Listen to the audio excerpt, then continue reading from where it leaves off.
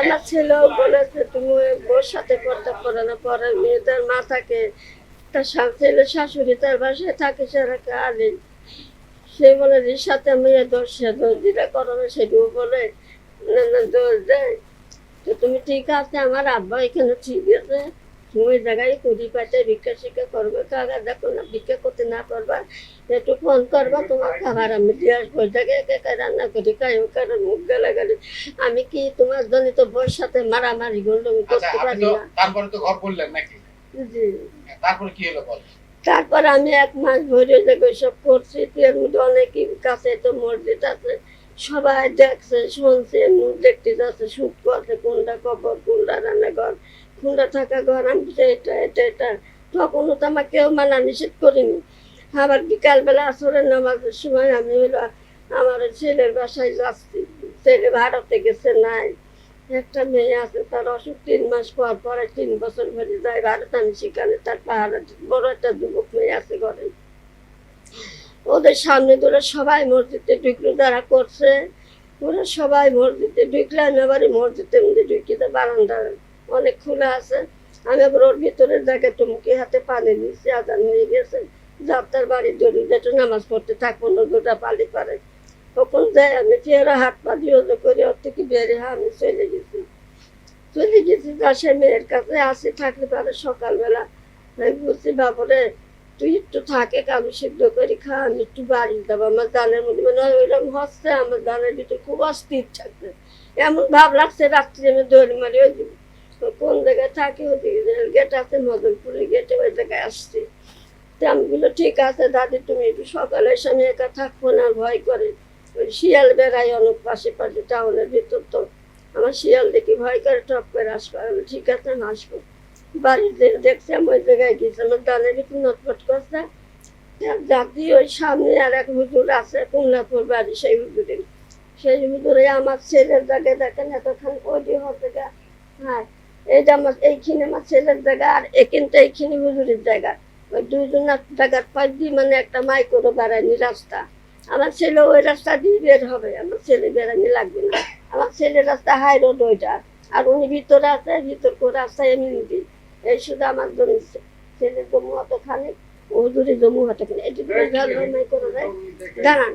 তারপরে আমি বলছি বাবা গাড়ি বের করছে, তা আমি বলছি বাবা একটু দাঁড়ানো, শোনা একটু দাঁড়াতো, আমি ওই চৌরাশে মোড়েতে শুনতে শুনতে আসছি, কার বলে বাড়ি ঘর ভাঙলো, কোন কি হয়েছে জানো কিছু, উনি করলো কি গাড়ির মানে রোডে তুলছে, আর আমি ডান পাশে দাঁড়াইছি, আমি বলছি বাবা একটু শোনো বলো কিছু তো ভুল বাটে কিছু, বলছি গাড়ির মাথায় এরম কি যে এরম কাজ থাকে না, গাড়ির এরম কাজ থাকে, আর আমি এইভাবে দাঁড়াইছি এই জায়গায়, আমি তো বাবা কাজ সামনে জানলার কাছে দাঁড়াইছি, আর এরম কাজ এরম জানলা এরম কাজ, আর এই গাড়ির মাথায় এরম করে কাজ দিয়ে এরম ধাক্কা মারে, গাড়ি খুব ধরে চালিয়ে, আমি একটা ছিটকির জায়গা খাম্বা আছে এই কারেন্টের খাম্বা, খাম্বার কোলে তো ছিটকে পড়ে গেলাম, যে আমার দেখছি তাকাইলো না দেখলো না, আমি পরে গড়ি খেয়া উঠি বাড়ি চলে গেলাম।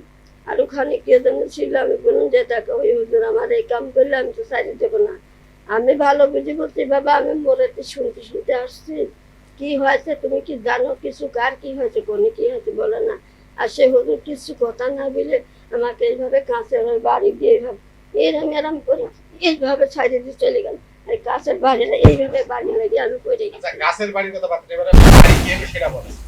বাড়ি বা আমার নিজস্ব বাড়ি যেটা ভাঙেছে যেখানে থাকি বুলানা বিধবা মেয়ের কাছে থাকি, আমার তো কোনো জায়গা নেই, আমি মুড়ে খাই, কেউ আসে খায়, আমি নিজে কোনো ব্যবহার করি, এইগুলা তোমরা দেখে ধরে 5 জনের দেখে এসে দেখাবা, তখন তোমার বিচার হচ্ছে, এইগুলো না যদি আমি করি সেখানে থাকতে পারি তো তুমি অসুবিধা, আমার স্বামীর জায়গায় আমি থাকবো, আমার মেয়ে অত্যাচার করছে, ছেলেরা অত্যাচার করছে, কোনো জায়গায় থাকতে পারছি না তো, তারাও বিদেশে থাকে, আমি সেখানেও থাকতে পারিনি, মেয়ের জন্য মেয়ে আমার সাথে অত্যাচার করে, আমি মেয়ের বাড়ি থাকি না, ছেলেদের তো ঘর বাড়ি নাই, দেখে আসে সবাই, আমি কোথায় থাকবো, তাহলে আমার তো থাকা লাগবে, তো আসছে ঘরের বাড়ি কয়দিন থাকবো, তাই আমি এখানে একটু ঘর করে থাকবো, আমি সন্ধ্যা লাগবে এখন রাত করে থাকবো, তোমরা এইগুলা দেখবো আমি কোনো ফসলি কাজ করছি কিনা, যেটা নেই বাজারে সেটা যদি করি পার্সোনাল দেখে দেখা হবে।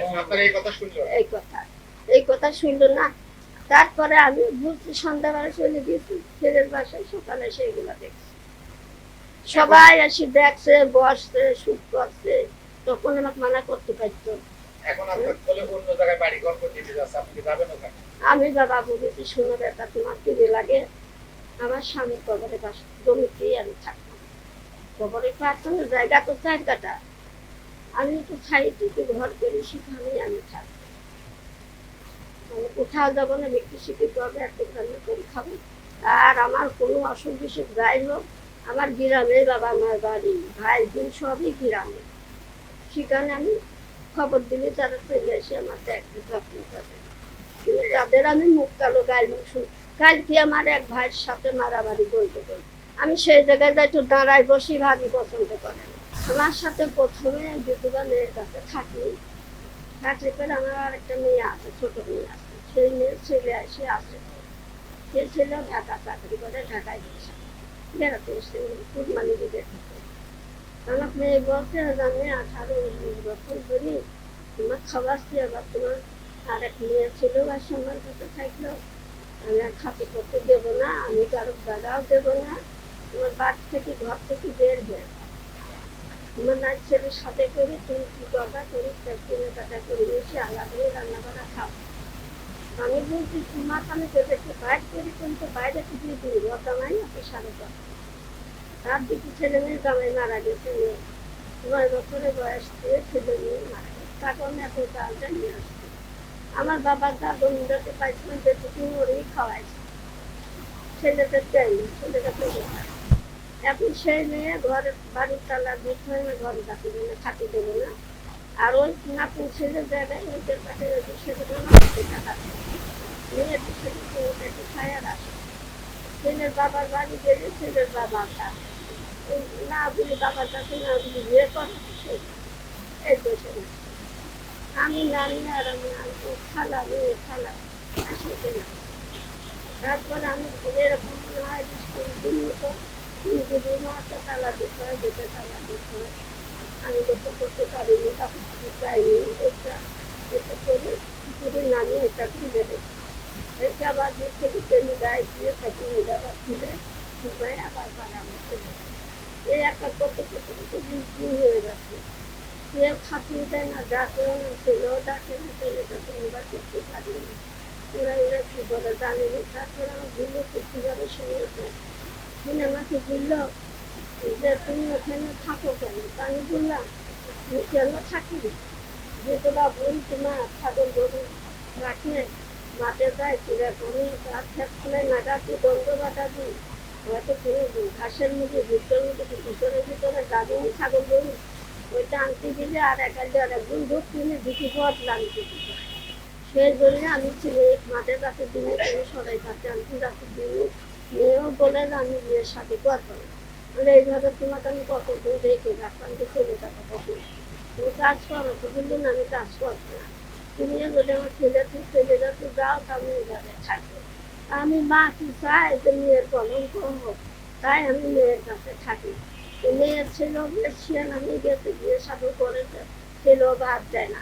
এখন মেয়ের খুবই কষ্ট, আমার ভাই হয়ে যাচ্ছে, তারপরে ছেলে থাকে। এলো খবরের কাগজ, নিখাত, নির্ভীক, নিরপেক্ষ।